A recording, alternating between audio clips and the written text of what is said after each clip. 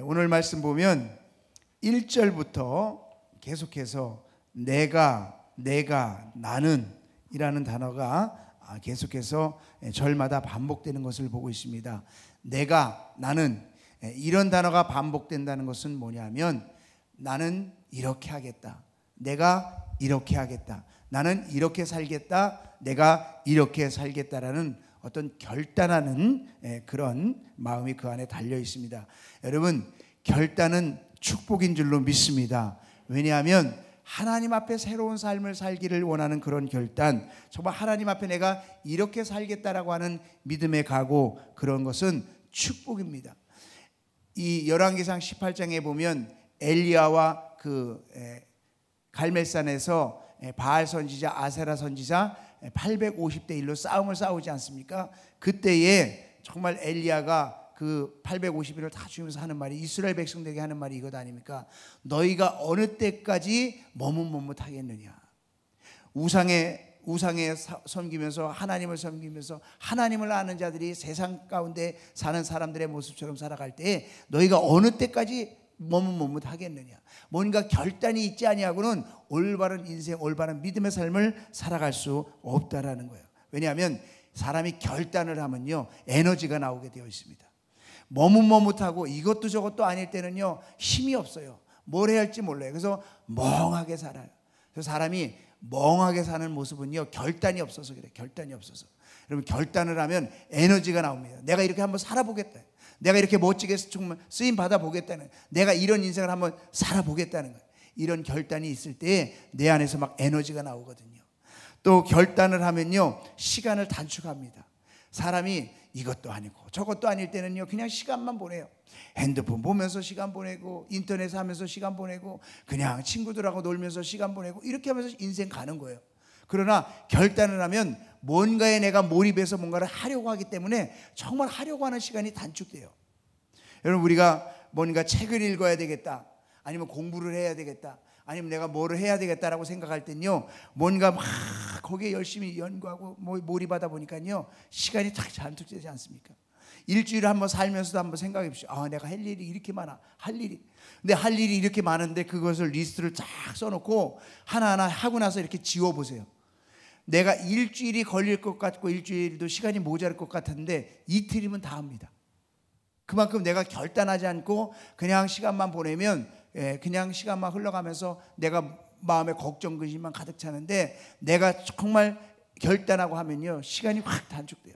또 결단하면 사단을 이깁니다. 내가 머뭇머뭇하고 이렇게 저렇게 할까, 이거 어떻게 할까, 이렇게 하면요, 계속 사단에게 끌려다니는 거예요. 사단에게.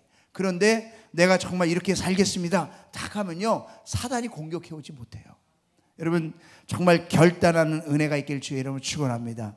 특별히 우리 중고등부 학생들 이번에 수련회 가서 정말 새로운 결단의 역사가 있기를 주님의 이름으로 축원합니다. 아멘. 저 뒤에 우리 남자 학생들은 아멘을 안 하네. 자, 나를 한번 보십시오. 우리 중고등부 남자 학생들, 고개를 들고 여기를 한번 보세요. 내가 지금 무슨 얘기를 하는지 아직도 잠에 취해가지고. 할렐루야. 나를 보라고. 한국말 못 알아듣나? 중고등부 학생들, 남자 학생들, 나를 보라고, 나를. 자, 오늘 시편 기자는 어떤 결단을 하고 있는가 한번 보십시오. 1절에 보면 인자와 정의를 노래하겠다는 거예요. 인자와 정의. 인자와 정의는 하나님의 속성이거든요.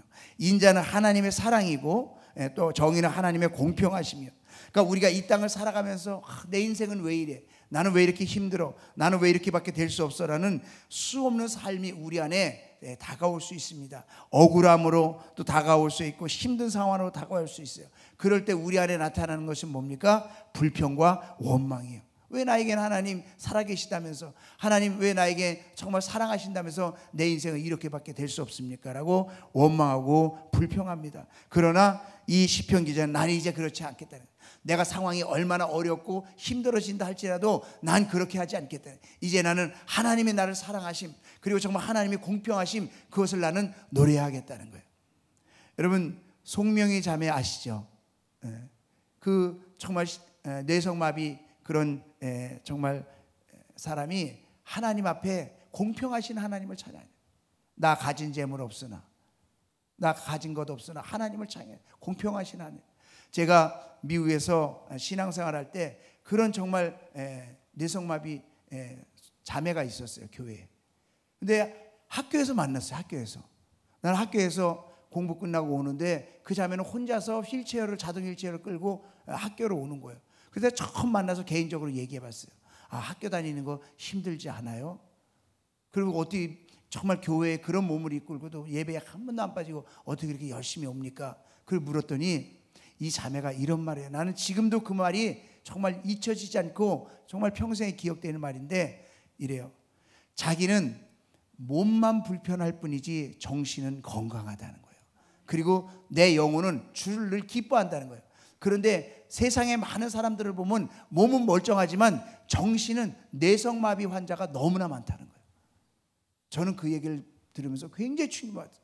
우리가 몸이 아무리 멀쩡해서 정말 건강하게 막 움직이는 것 같아도 정신이 뇌성마비 환자가 너무 많을 수 있다는 거예요. 여러분, 몸이 불편한 그 뇌성마비 그 자매가 그런 이야기를 하는 거예요. 그러면서 자기는 몸만 불편하지 정말 이 세상을 살아가는 데는 아무 지장이 없다는 거예요. 여러분, 우리가 이 땅을 살아가면서 때로는 삶이 힘듦으로 내게 다가오고, 그래서 내가 불평하고 원망하면서 정말 부모를 원망하고 내 친구를 원망하고 정말 하나님을 원망하는 그런 모습이 있다고 한다면 새로운 결단이 있기를 원합니다. 내가 이제 하나님의 사랑만을 찬양하겠습니다. 내가 하나님의 공평하심을 찬양하며 살겠습니다. 이런 결단이 우리 가운데 일어날 수 있기를 주의 이름으로 축원합니다. 2절에 보니까 내가 완전한 길을 주목하오리니 라고 이야기를 하고 있습니다. 이 완전한 길을 주목한다는 이 단어는 뭐냐면 지혜롭게 행하겠다라는 것입니다. 근데 그 지혜롭게 행한다라는 그 말은 무슨 말이냐? 하나님의 임재 가운데 행한다는 얘기 안 합니까? 주께서 어느 때 내게 임하시겠나이까? 하나님의 임재 가운데 살겠다는데 이것은 무슨 말이냐? 내가 어떤 일을 행할 때 기도하고 결정하겠다. 그리고 내가 어떤 일을 행할 때 기도하고 말하겠다는 거예요. 그리고 내가 어떤 일을 행할 때 기도하고 행했다는 거예요. 그러니까 어떤 모든 속에서 내가 기도하고 행하고 기도하고 말하고 기도하고 정말 결정하는 그런 지혜로운 삶. 여러분, 내 생각으로 결정하고 내 생각으로 행동하는 건 지혜로운 게 아니에요. 순간순간에 주님을 의지하고 주님의 임재 가운데 기도하고 행하고 기도하고 말하고 기도하고 결정하는 것이 지혜로운 삶인 줄로 믿습니다. 우리가 어느 날 시간이 지나서 막 얘기하고 하다 보면 이런 말 하지 말았어야 되는데, 이런 행동하지 말았어야 되는데, 이런 결정하지 말았어야 되는데 후회할 때가 얼마나 많습니까? 내 생각이 지혜롭다고 하지만 그것은 지혜로운 게 아니에요. 그래서 나를 믿지 마시고 하나님을 의지하시고 하나님 앞에 그런 삶을 살겠다는 결단이 있기를 주의 이름으로 축원합니다. 3절에 보면 비천한 것을 내 눈앞에 두지 아니할 것이다 그랬어요. 비천할 것. 비천한 것은요, 무익한 것입니다. 무가치한 것. 앞에 말씀에 있는 것처럼 말과 행동, 쓸데없는 농담, 아무 가치도 없는 농담, 가치도 없는 말 우리가 할 때 많이 있거든요. 그냥 웃자고 한 말인데 자기도 썰렁해.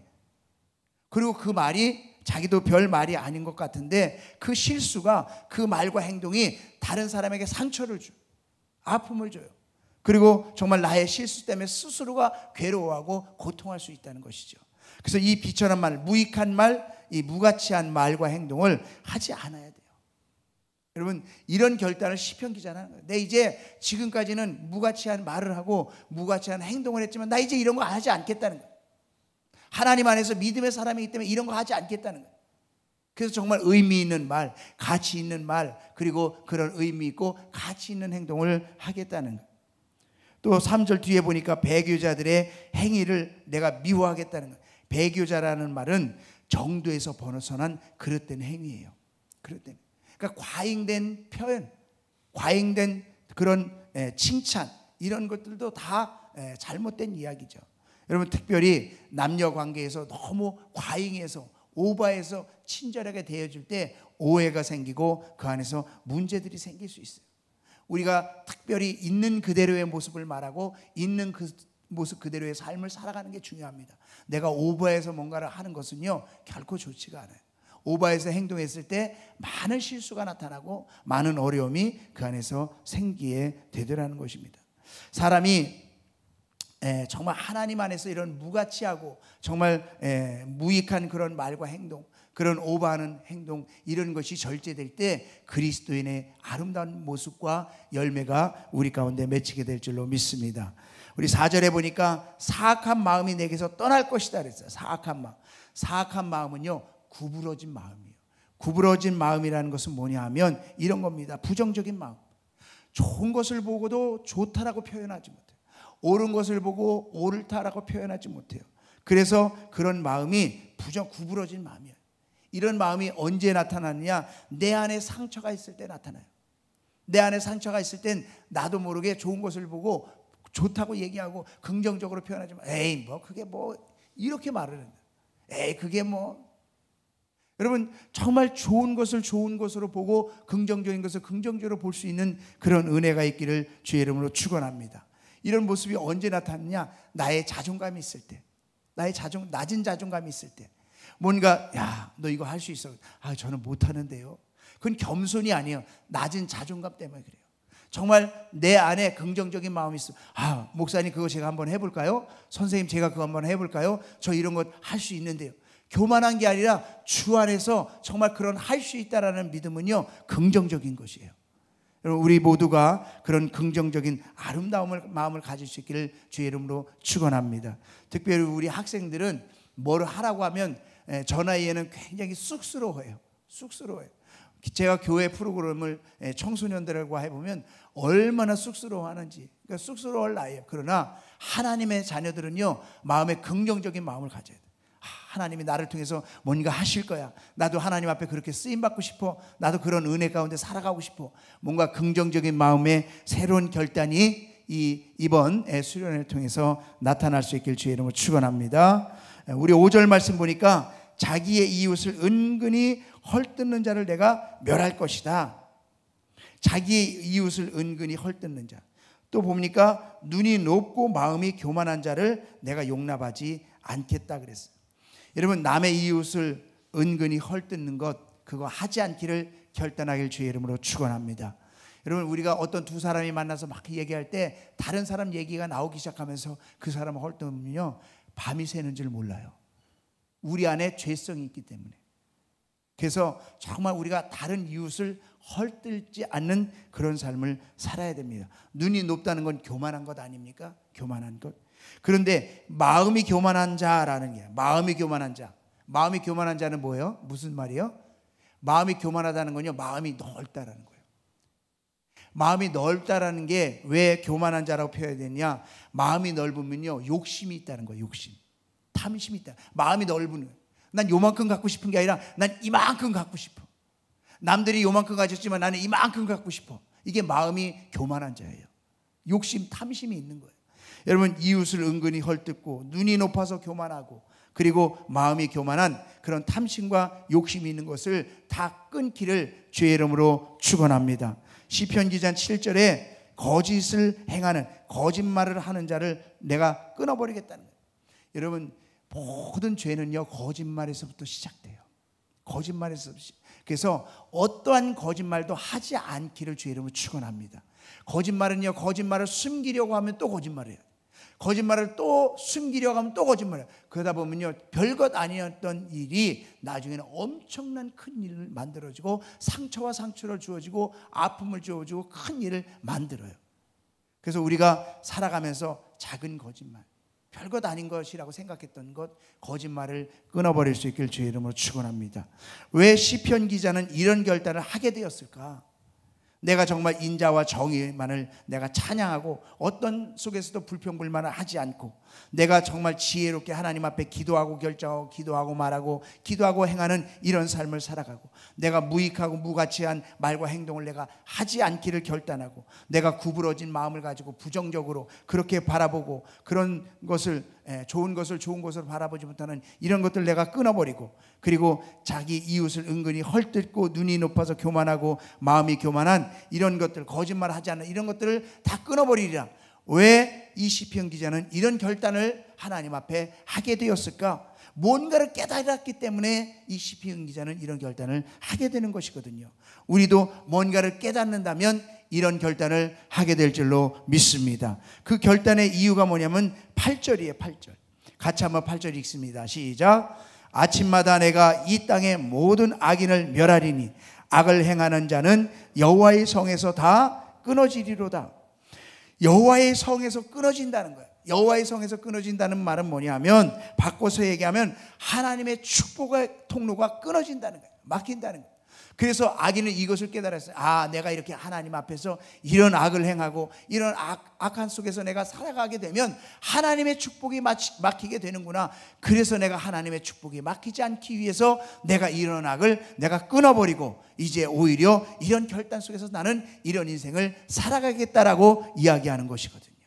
여러분, 하나님의 축복의 통로가 열리기를 원합니까? 그러면 이런 새로운 결단이 우리 가운데 있어지기를 주의 이름으로 축원합니다. 이런 결단 속에 내가 살아갈 때에 한 가지 한 가지가 사라져가고, 그래서 축복의 통로가 열리고 귀한 믿음의 삶, 하나님 앞에 쓰임받는 삶, 정말 하나님께서 마음껏 축복하시는 그런 인생이 우리 가운데 주어지게 될 줄로 믿습니다. 오늘 이 말씀을 우리가 꼭 새기고 우리 성도님들이 마음에 결단을 하시고, 또 우리 중고등부 학생들이 새로운 결단을 하시고, 그래서 하나님 앞에 축복의 통로가 확장 열리는 그런 은혜가 저와 여러분 가운데 임하기를 주님의 이름으로 축원합니다.